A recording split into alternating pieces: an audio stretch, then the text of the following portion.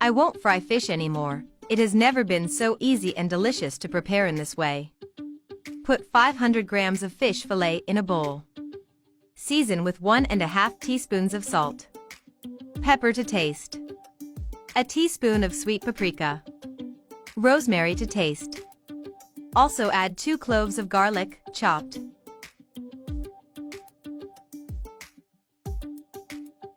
Add 2 tablespoons of olive oil. Mix very well. Before you forget, tell me which city or country you are from watching us. I'd love to know. Cover the bowl and leave to marinate for 40 minutes.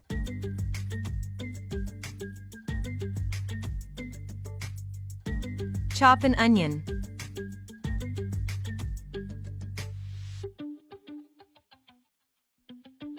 In a pan, place a drizzle of olive oil.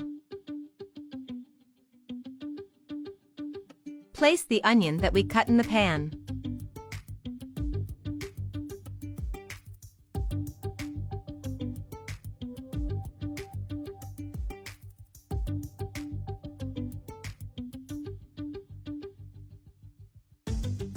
Now you just have to place the fish fillets on top of the onion.